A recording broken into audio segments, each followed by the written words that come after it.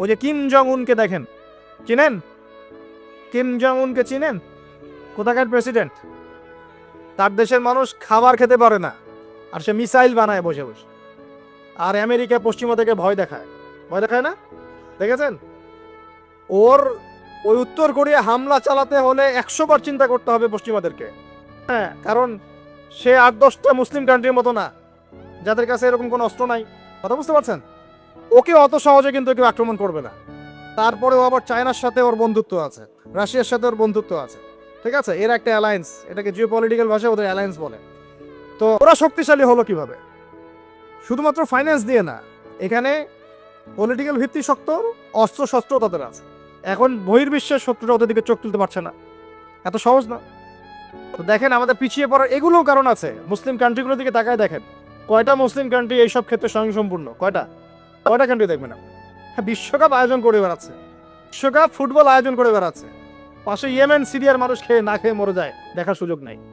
কি করছেন? ওইখানে বেস ক্যাম্প দিয়ে রেখেছে পশ্চিমাদের জন্য, ওখানে বেস ক্যাম্প ঘাঁটি দিয়ে রেখেছে পশ্চিমাদের জন্য। এবং বহু মুসলিম কান্ট্রি যারা মানে আমাদের কাছে এখন আইডল হয়ে বসে আছে, ভিতরে ভিতরে ইহুদি খ্রিস্টানদের সাথে বন্ধুত্ব করে বসে আছে।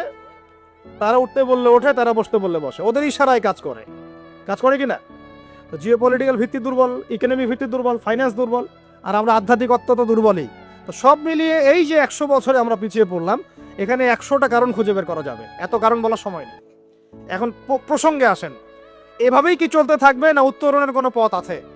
আমরা কি চাই যে আমরা সে আবার ওই ইসলামের সোনালী যুগে ফিরতে পারি? আমরা তো মনে হয় চাই না যে আবার ইসলাম ফিরে আসুক পরিপূর্ণরূপে। আমরা চাই বা না চাই, আল্লাহ রাব্বুল আলামিন তার নবীর মাধ্যমে জানিয়ে দিয়েছেন সভ্যতা শেষ হবে একজন নবীর হাতে, তার নাম নবী ঈসা ইবনে মারিয়াম। তিনি 40 বছর এই বিশ্ব শাসন করবেন, তার আগে কিয়ামত হবে না।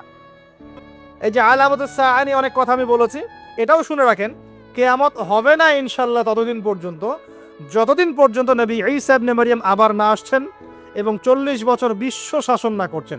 তিনি কোনো দেশ শাসন করবেন না, পুরো বিশ্ব শাসন করছেন। চিন্তা করতে পারছেন? এখন কি মনে হয় যে মুসলিমরা এরকম জায়গায় যাবে আবারও? আসলে কিন্তু বাইরের চোখ দিয়ে মনে হয় না। সত্যি কথা কি, ইতিহাস এভাবেই টার্ন করবে। কিভাবে করবে, কার মাধ্যমে করবে, আল্লাহ পাক জানেন, আমরা জানি না। আমরা যদি না পারি, আল্লাহ আমাদেরকে সরিয়ে দিবেন, সরিয়ে দিয়ে নতুন প্রজন্ম নিয়ে আসবেন। ওরা যদি না পারে, আল্লাহ ওদেরকেও সরিয়ে দিবেন, নতুন জেনারেশন নিয়ে আসবেন। তারাও যদি না পারে, আল্লাহ পাক কি বলছেন শোনেন। আল্লাহ পাক বলছেন সূরা মুহাম্মাদের মধ্যে, ওয়াইন, তোমরা মুসলমানরা যদি না পারো, আমি ইহুদি খ্রিস্টান হিন্দু বৌদ্ধ তাদেরকে, কুফফারদেরকে হেদায়েত দিয়ে ইসলামে নিয়ে আসবো, তারা আমার হয়ে লড়বে ইনশাআল্লাহ।